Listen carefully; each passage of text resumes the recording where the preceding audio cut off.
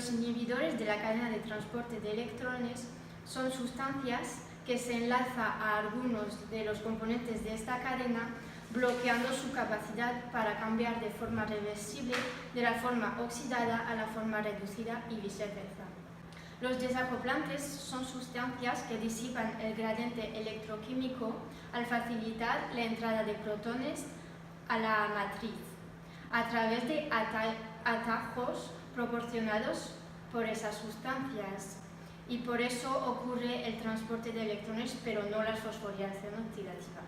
Vale, ahora os voy a hablar de retenona y amital, que son dos inhibidores que bloquean la transferencia de electrones en la NADH-Q oxidorreductasa y impiden la utilización de NADH como sustrato, pero no el flujo de electrones correspondiente a la utilización de succinato.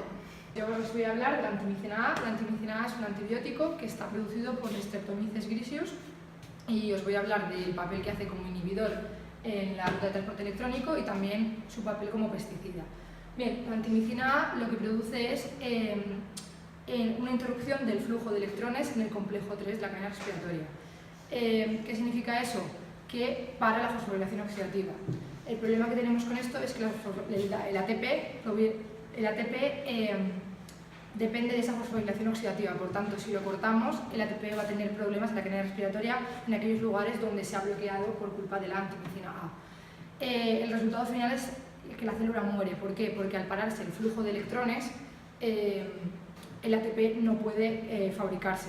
¿Por qué? Porque la ATP sintasa, que es la que fabrica el ATP, necesita de un gradiente de protones que viene de ese flujo de electrones que va pasando, de esa energía de los electrones que va pasando, y como no lo tiene, no hay gradiente electroquímico y por tanto no se puede formar ATP. Como consecuencia, he dicho, la muerte total de la célula. Bueno, llegado mi turno, voy a hablar de cómo el monóxido de carbono, la acida y el cianuro bloquean el flujo de electrones en la cadena de transporte de electrones.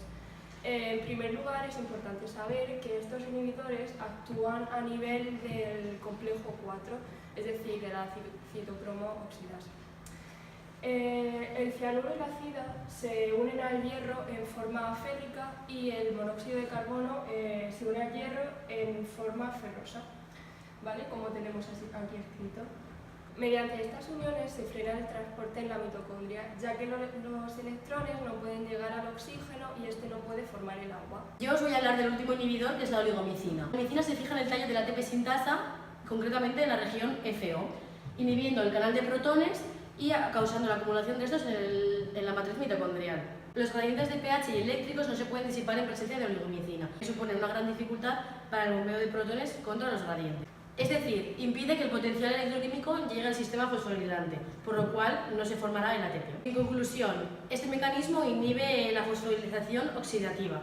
La cadena de transporte de electrones también se ve afectada, pero no se para totalmente. Por último, pero no menos importante, yo os voy a hablar de un desacoplante que interviene en este proceso. Su nombre es termogenina.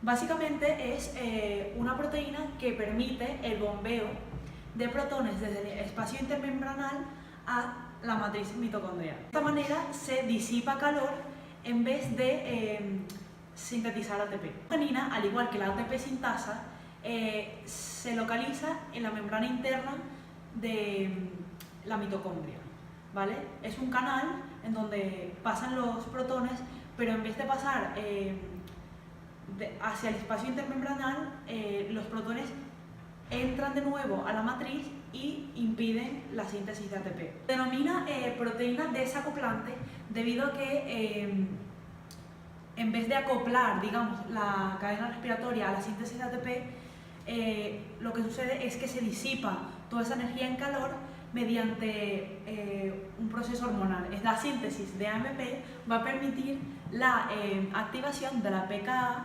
y de la lipasa de acrilglicéridos.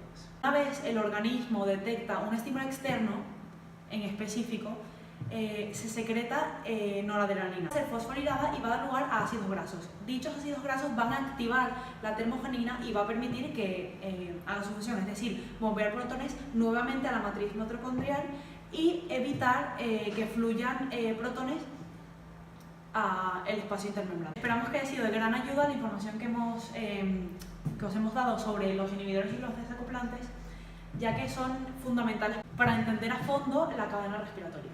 Muchas gracias.